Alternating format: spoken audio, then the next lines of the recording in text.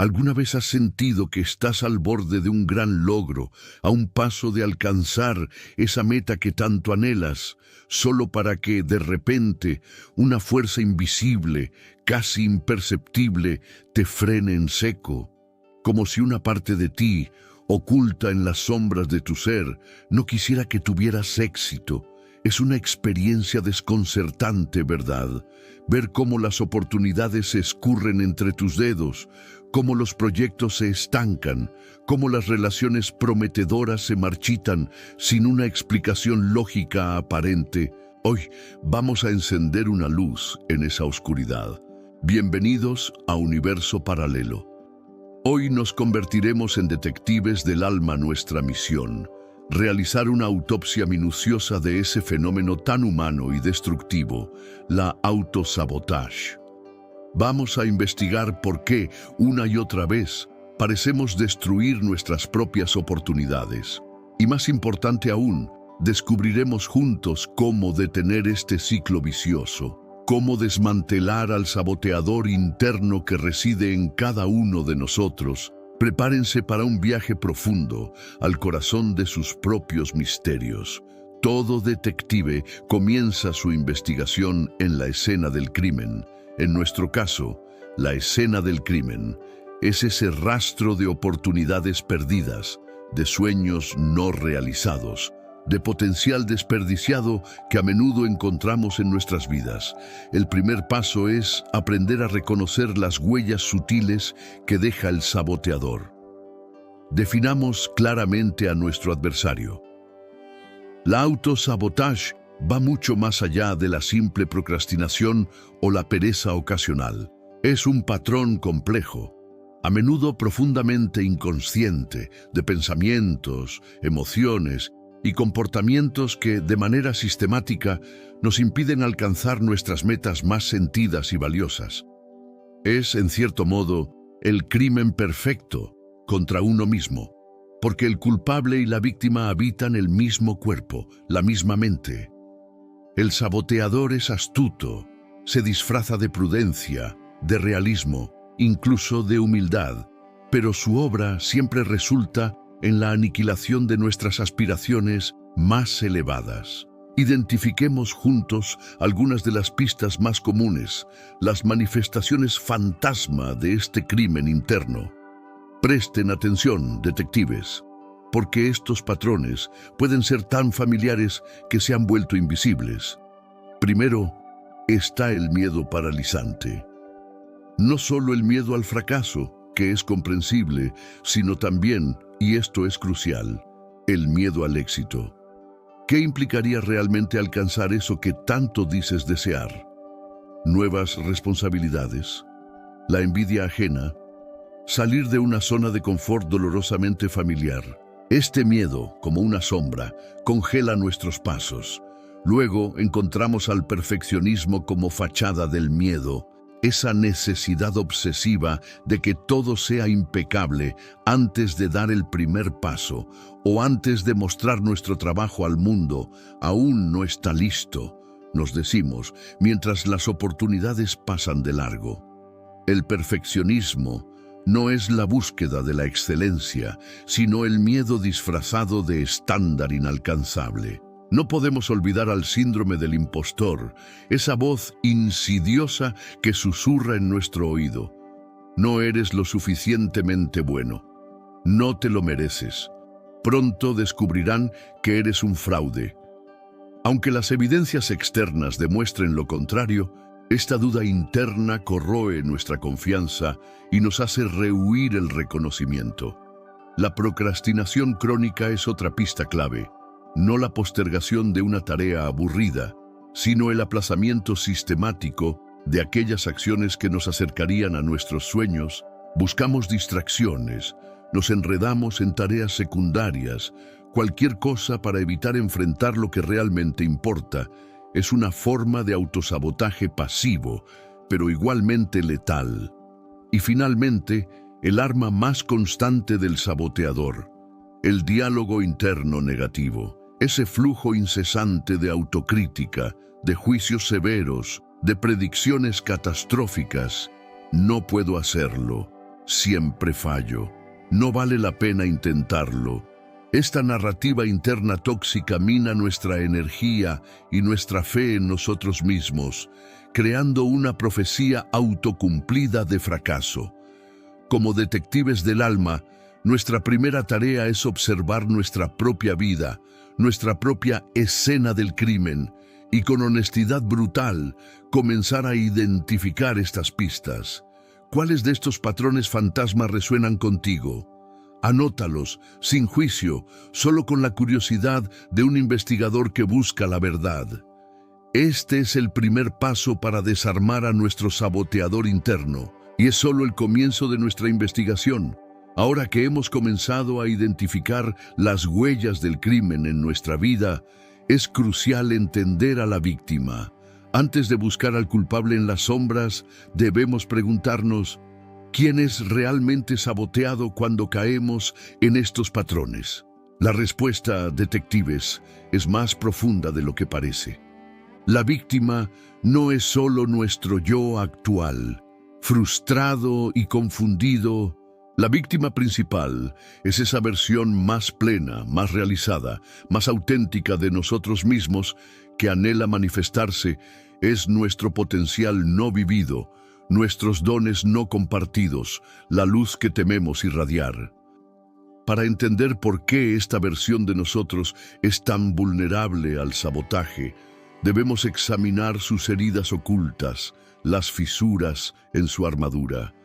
A menudo, encontramos al niño o niña interior herido, aquellas necesidades emocionales que no fueron cubiertas en nuestra infancia, de amor incondicional, de validación, de seguridad, dejan cicatrices profundas. Mensajes internalizados como no eres suficiente, no molestes, no eres digno de amor tal como eres, se convierten en creencias fundamentales que operan desde el subconsciente, haciéndonos sentir que no merecemos el éxito o la felicidad que anhelamos. Otra herida es la zona de confort convertida en prisión dorada. Lo familiar, aunque sea insatisfactorio o incluso doloroso, nos ofrece una ilusión de seguridad. El miedo a lo desconocido, a perder el control, a enfrentar nuevos desafíos, nos mantiene anclados a situaciones que ya no nos sirven. Saboteamos las oportunidades de crecimiento por temor a abandonar esta jaula conocida, confundiendo comodidad con verdadera paz. Y así, construimos una identidad basada en la limitación. Nos definimos por nuestros fracasos pasados, por nuestras supuestas incapacidades, por las etiquetas que otros nos pusieron o que nosotros mismos asumimos. Soy así, decimos, no puedo cambiar. Esta identidad limitada se convierte en una profecía autocumplida, y cualquier oportunidad que la desafíe es percibida como una amenaza, activando así los mecanismos de autosabotaje para preservar esa autoimagen restrictiva, aunque falsa. Este análisis nos lleva a una pregunta inquietante. ¿Por qué nos infligiríamos este autosacrificio inconsciente? La lógica del saboteador es retorcida, pero tiene sus razones. A veces es un miedo profundo al cambio y a la responsabilidad que conlleva el éxito. Otras puede ser una lealtad invisible a patrones de sufrimiento aprendidos en nuestra familia, como si no tuviéramos permiso para ser más felices o exitosos que nuestros seres queridos. O incluso una forma distorsionada de autocastigo por culpas reales o imaginarias que cargamos en silencio.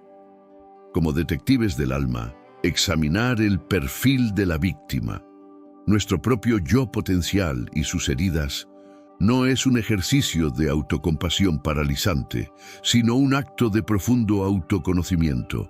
Al entender nuestras vulnerabilidades, comprendemos por qué y cómo el saboteador encuentra terreno fértil para actuar. Y esta comprensión es vital para el siguiente paso de nuestra investigación: identificar a los sospechosos que operan desde nuestro interior. Hemos examinado la escena del crimen y el perfil de la víctima. Ahora, detectives, es momento de enfocar nuestra lupa en los perpetradores. En la autosabotage, los sospechosos no son entidades externas, sino facetas de nuestra propia psique, voces internas, miedos arraigados y hábitos destructivos que han tomado el control sin que nos demos cuenta. Vamos a presentar a los sospechosos principales en esta rueda de reconocimiento interna. Escuchen con atención, porque es muy probable que reconozcan a más de uno operando en las sombras de su mente. El primero en la lista, y quizás el más ruidoso, es el crítico interior despiadado. Esa voz implacable que constantemente nos juzga, nos compara y nos recuerda cada uno de nuestros errores. Su origen suele estar en las críticas que recibimos de figuras de autoridad en nuestra infancia, padres, maestros, o en los mensajes castradores de la sociedad.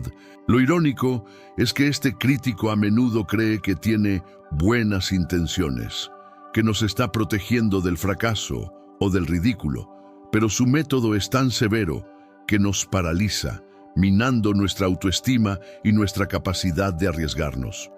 Luego, tenemos al mercader del miedo. Este saboteador es un maestro en evocar los peores escenarios posibles. Alimenta el miedo al cambio, el miedo a lo desconocido, el miedo al juicio ajeno, el miedo al rechazo, el miedo a no ser amado. Se convierte en nuestro principal consejero y sus advertencias constantes dictan nuestras acciones o, más frecuentemente, nuestras inacciones. Nos convence de que es más seguro quedarnos pequeños, no destacar, no intentar nada nuevo, porque allá afuera el mundo es demasiado peligroso. No podemos olvidar al dúo dinámico, el maestro de la procrastinación y el artista de la distracción.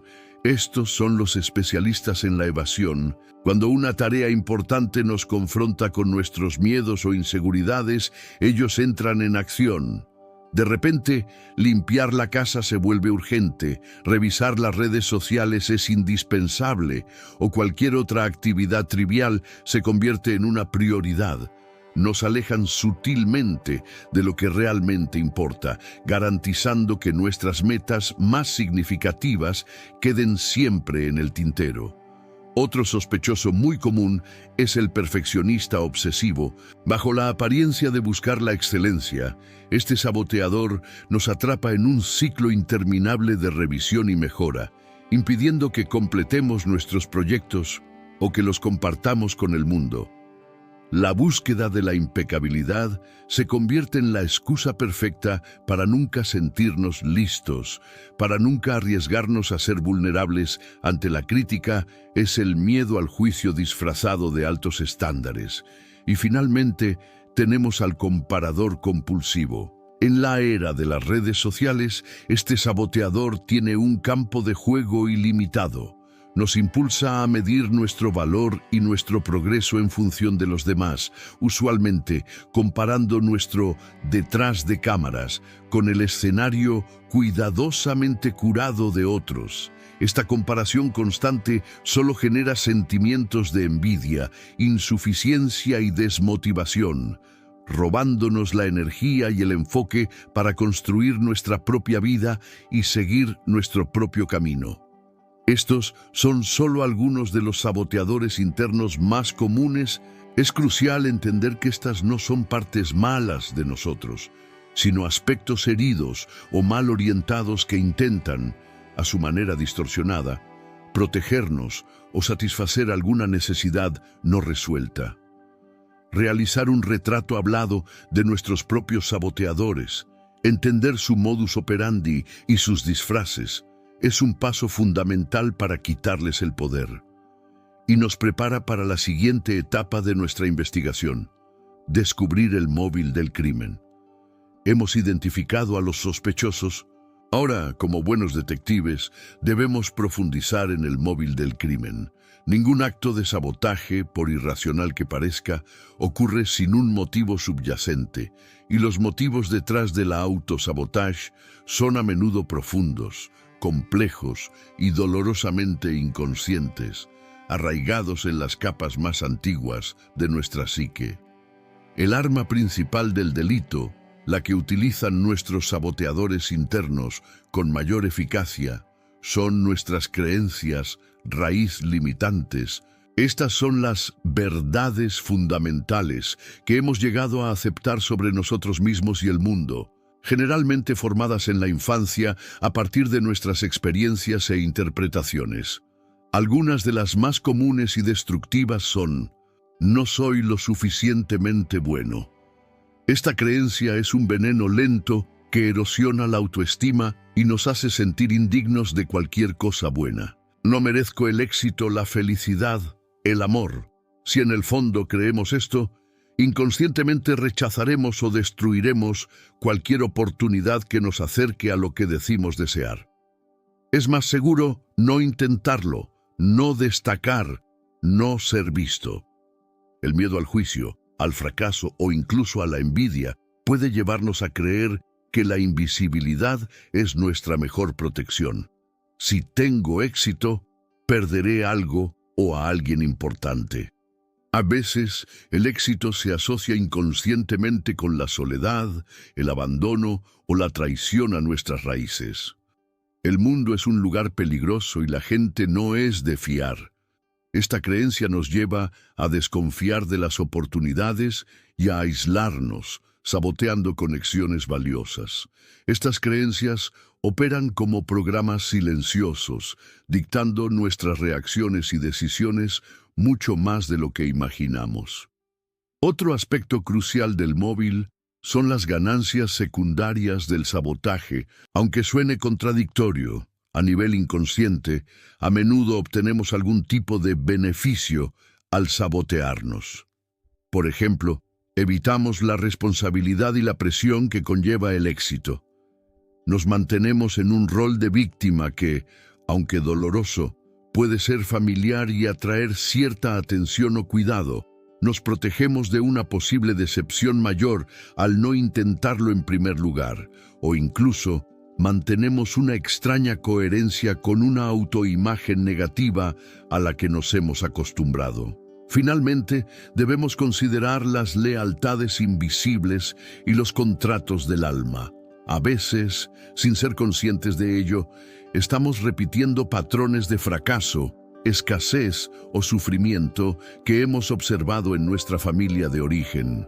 Puede existir una lealtad inconsciente a nuestros ancestros, como si no tuviéramos permiso para superar sus limitaciones o ser más felices que ellos. Estos contratos invisibles pueden ser una fuerza poderosa que nos impulsa a sabotear nuestro propio progreso para mantenernos fieles, de una manera distorsionada, a nuestro sistema familiar. Descubrir el móvil del crimen, detectives, es como encontrar la llave maestra que abre las puertas de nuestra prisión interna. Requiere una honestidad radical y la valentía de mirar aquellas heridas y creencias que hemos preferido ignorar. Al conectar las pistas de la escena del crimen con los perfiles de nuestros saboteadores y finalmente, con estas razones ocultas, comenzamos a ver el cuadro completo, y es esta claridad la que nos permitirá pasar a la siguiente fase: el interrogatorio y la transformación. Hemos identificado la escena del crimen, el perfil de la víctima, los sospechosos y el móvil. Ahora, detectives del alma, llega el momento crucial de nuestra investigación: el interrogatorio. Pero este no es un interrogatorio para castigar o culpar. Es un encuentro valiente y compasivo con esas partes de nosotros que nos sabotean, con el objetivo de comprender su función y finalmente transformarlas en aliadas. La primera y más poderosa herramienta en este proceso es la luz de la conciencia. Debemos aprender a autoobservarnos sin juicio, como un testigo imparcial. Prácticas como el mindfulness o la atención plena y el journaling introspectivo, escribir sobre nuestros pensamientos, emociones y comportamientos recurrentes, nos ayudan a identificar cuándo y cómo actúan nuestros saboteadores. ¿En qué situaciones se activa tu crítico interior? ¿Qué pensamientos preceden a tu impulso de procrastinar? Esta autoobservación es el primer paso para desidentificarnos de estos patrones. Una vez que reconocemos la voz del saboteador, podemos iniciar un diálogo interno consciente. Por ejemplo, cuando escuches a tu crítico interior decir «no eres capaz», en lugar de aceptarlo pasivamente, puedes preguntarle «¿en qué te basas para decir eso? ¿Es esa realmente mi verdad o es un eco del pasado? ¿Qué es lo peor que podría pasar si lo intento? ¿Y qué es lo mejor?». Aprender a cuestionar y rebatir estas voces internas, separándolas de nuestra verdadera esencia, les quita una enorme cantidad de poder. Con respecto al mercader del miedo, la estrategia es la alquimia del miedo. No se trata de eliminar el miedo, porque es una emoción humana natural que a menudo tiene una función protectora. Se trata de reconocerlo, escuchar su mensaje. ¿Hay algún peligro real que deba considerar? Agradecerle su intento de protección y luego, conscientemente, decidir actuar a pesar de él, especialmente si el miedo es irracional o desproporcionado. Dar pequeños pasos valientes fuera de nuestra zona de confort, a pesar del miedo, expande nuestra capacidad y reduce su dominio sobre nosotros. Un antídoto fundamental contra todos los saboteadores es la compasión. Es vital entender que estas partes de nosotros que sabotean no son enemigas a ser erradicadas, sino aspectos heridos, asustados o mal informados que en su origen intentaron ayudarnos a sobrevivir. Tratar a nuestro crítico interior, a nuestro perfeccionista, a nuestro procrastinador, con la misma compasión que ofreceríamos a un niño asustado, cambia radicalmente la dinámica interna. Esta compasión abre la puerta a la sanación y la integración. Y finalmente, el trabajo más profundo: reescribir nuestras creencias limitantes. Una vez que hemos identificado esas creencias raíz que alimentan el sabotaje, no soy suficiente, no merezco, podemos comenzar a desafiarlas y reemplazarlas conscientemente. Esto se puede hacer a través de afirmaciones positivas, realistas y sentidas, no simples repeticiones mecánicas. La visualización creativa de nuestros éxitos y capacidades y buscando activamente evidencias en nuestra vida que contradigan la vieja creencia y apoyen una nueva más empoderadora. A veces, este proceso puede beneficiarse del acompañamiento terapéutico. Este interrogatorio, detectives, no es un evento único, sino un proceso continuo de autoconocimiento y transformación. Es aprender a ser el director de nuestra orquesta interna, en lugar de dejar que los instrumentos desafinados lleven la melodía. Al comprender la función de cada saboteador y ofrecerle un nuevo trabajo más constructivo dentro de nuestra psique, comenzamos a liberar una enorme cantidad de energía vital que antes se desperdiciaba en el conflicto interno. Y esto nos lleva al capítulo final de nuestra autopsia. El juicio ha llegado a su fin. Hemos examinado cada pista, cada sospechoso, cada móvil. Y el veredicto, queridos detectives del alma, no es de culpabilidad, sino de profunda comprensión y aceptación. No hay villanos en esta historia interna, solo partes de nosotros que necesitan ser vistas, escuchadas y sanadas. Ahora comienza la verdadera tarea, la más noble, la rehabilitación de nuestro ser interior. El primer paso en esta rehabilitación es la aceptación radical y el perdón, aceptar nuestra humanidad completa, con todas nuestras luces y todas nuestras sombras, perdonarnos por el autosabotaje pasado, por las oportunidades perdidas, por el tiempo que sentimos haber desperdiciado. Entender que hicimos lo mejor que pudimos con el nivel de conciencia que teníamos en cada momento.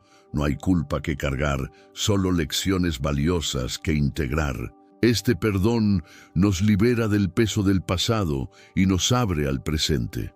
Con esta base de aceptación, podemos comenzar la rehabilitación activa, que consiste en crear un nuevo yo, una nueva narrativa personal.